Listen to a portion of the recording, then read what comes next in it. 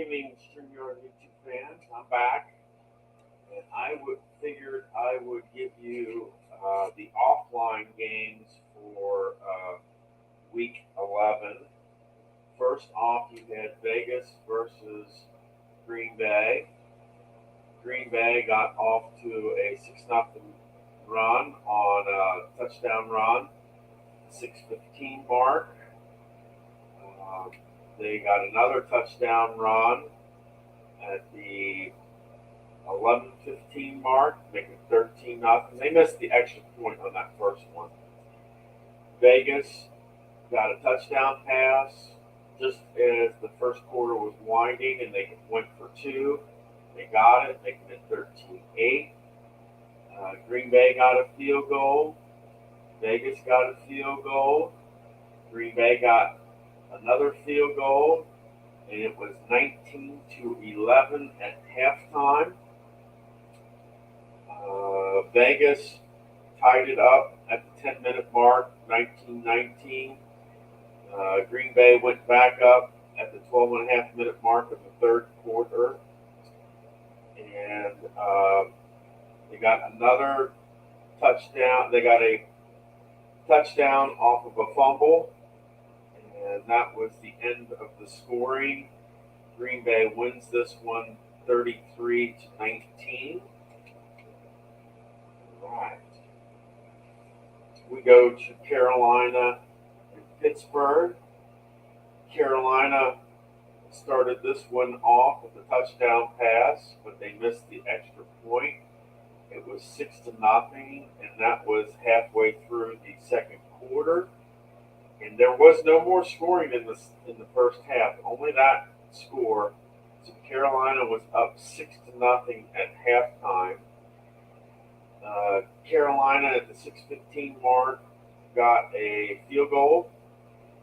Pittsburgh at the 10-minute mark of the third quarter got a touchdown, and they went for two, so it was 9-8. At the 12.5-minute mark, Carolina increased their lead to 12-8, and that's as far as that was at the third quarter. There was no scoring in the fourth quarter at all. Carolina wins this one 12-8, and that was Carolina's fourth win of the season. And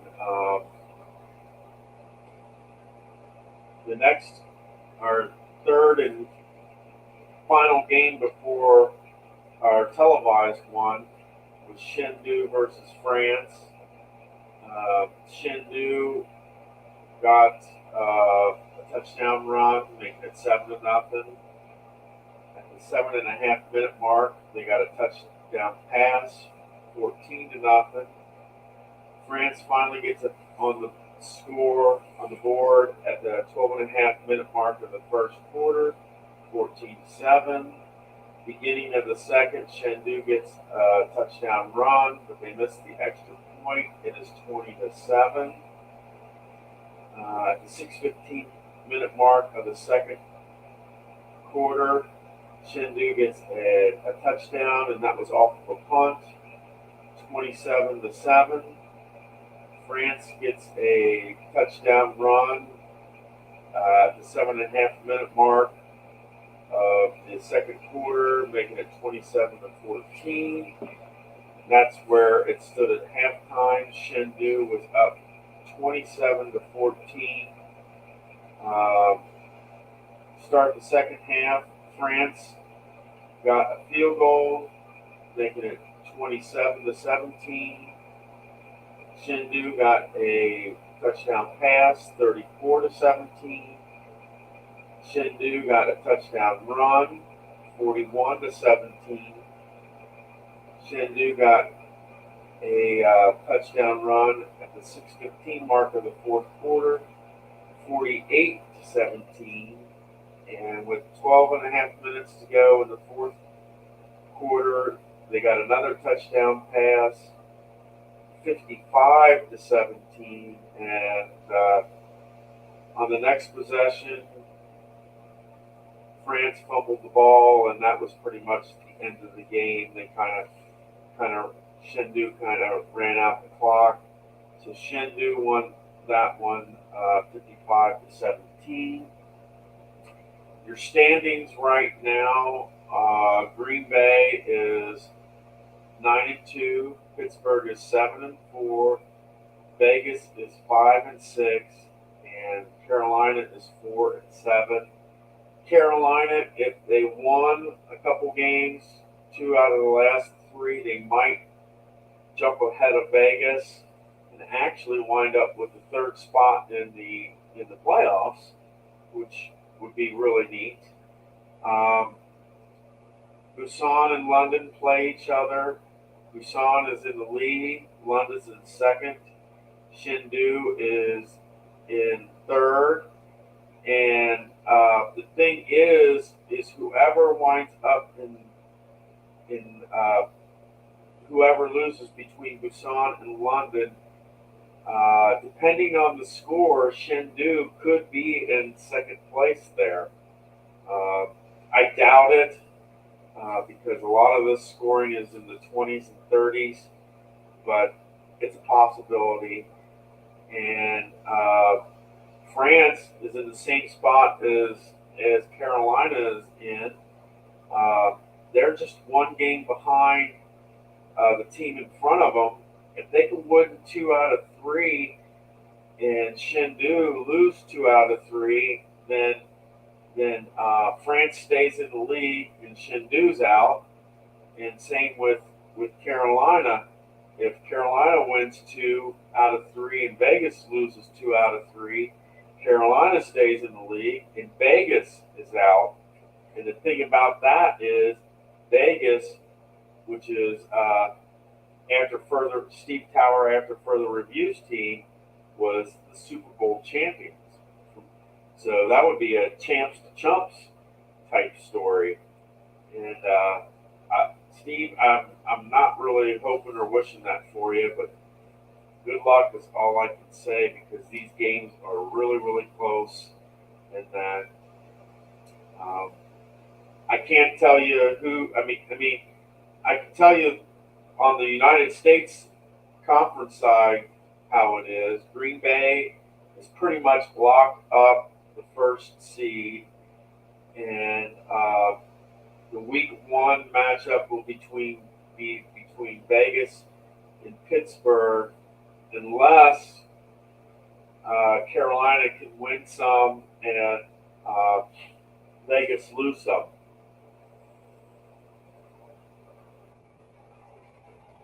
See that somebody came in. And I don't know who it was, but hi, and that.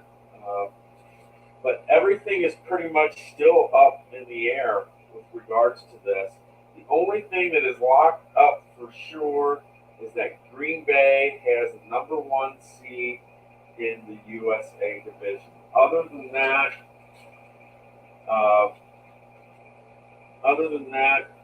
it's all going to come down to the last 3 games of the season. So keep in touch and keep online. And this is episode 494. That means we got 6 episodes left until 500. My 500 episode is going to be the 2016 Cubs versus the 1976 Reds. The Cubs are going to see if they can change history and beat the Reds. So the very first time the Reds won that, so the Cubs are wanting to change some history here, and so that's what they're going to do. And we'll see how all plays out. I would love to have some people stop by for my 500 episode. Be nice to see. I'm sure Chris will stop by. Be nice to see Vince pop in, even if he's in the chat room. Nice to see RJL if he shows up. Be nice to see Steve Tower because I mean he was my first season fast drive football champion. Be nice to see him. Be nice to see Al, Red Sox fan. Nice to see Rob. Um, and I, what happens happens. And I'll talk more about that when it gets closer. But I'm looking forward to it. We are going to be using APA baseball for that. Like I said, it's just a rebroadcast of the very first episode. Going to try to use the same lineups, same pitchers, in that not necessarily the release, but the starting pitchers and the starting lineups will be the same. The only thing that will change is the fact that the pitchers will not bat. So only the 8 position players will be batting. It's just the way I like to play the game. It doesn't really speed up the game any. It's just the way I like to play it. Just the 8 position players. That way you don't have to worry about DHs in that. And also, I plan on rolling. And I showed it to you earlier. I plan on rolling one side at a time. So I'm going to be rolling 6 dice. I'm going to be rolling like regular APA red and white dice. I'm going to be rolling a large red and white dice. And I'm going to be rolling a black and white dice for that 3rd position. And what it is you'll start with the first batter. Whatever the outcome is, that's the outcome. If you have to use the 2nd dice for that same batter, you use the 2nd dice. You go and basically until either somebody's out or somebody gets on base. If the inning goes more than 3 batters, then I'll just have to re-roll the dice again, figure out the outcomes, and go from there. And the Reds want to continue their winning ways, and the Cubs want to see if they can change history and destiny. So, but that's all I have for you now. And just so you know, I will be on Thursday and Friday this week, and I will be doing a couple of Abiding in Christ episodes. I got to get prepared for my discipleship class on Monday, and unfortunately, I've got some in real life stuff that prevents me from doing it when I normally do, which is Sunday afternoon after church. I've got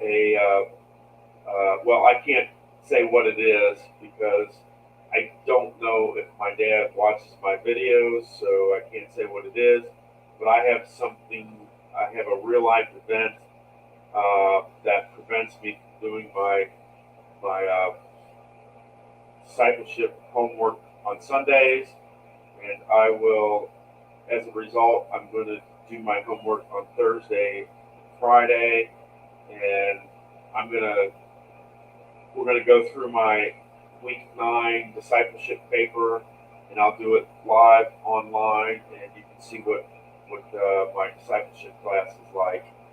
And I tell you, this is for anybody that goes to Community Family Church. I highly, highly, highly recommend taking this discipleship class. The only thing that's probably better is Lane Farley's, class, which is pretty much for becoming like a pastor and stuff like that. Becoming a Christian worker, and that this discipleship class is that close. They're that close in scope. so to speak.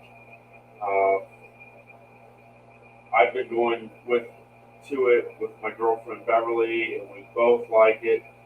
Both would recommend this class to anybody who's thinking about taking a small group at Community Family Church. That's the church that we go to, and I wish I could say go to go to YouTube and check out weeks 1 through 8, but I can't do that because they haven't taken the classes yet. Something that they're thinking about and want to do, but they haven't done yet. But I will tell you the discipleship. If you're a member of Community Family Church, discipleship class is a must class. After the journey, it's the class that you would want to take, and I would take a few small group classes before taking the discipleship classes, but it's definitely a must take class. And I have to say that as far as all the classes that I've taken at church, um, the discipleship class is probably it's in a tie with the 90 days reading the Bible in 90 days, which I took when Steve Coomer was at Community Family Church. They're very it's they're both that good. Um, uh, Different type of classes, but both had a lot of lot of interaction with people in the class, and a lot of good solid content. And uh, yeah, if you ever get a chance to take a 90 days in the Bible class, take it because it's a very good class. And this discipleship class is like I said, it's like the journey. It's kind of like a must take class. But I would before I took it, I would take a few small group classes in order to see what small group classes are like. And that's all I have for you for right now. You all take care. And the only thing we know for sure is that Green Bay has locked up the number one seed for the USA division, and everything else is up in the air, including the teams that are on the chopping block. They're also in the air. So you all take care and have a good evening.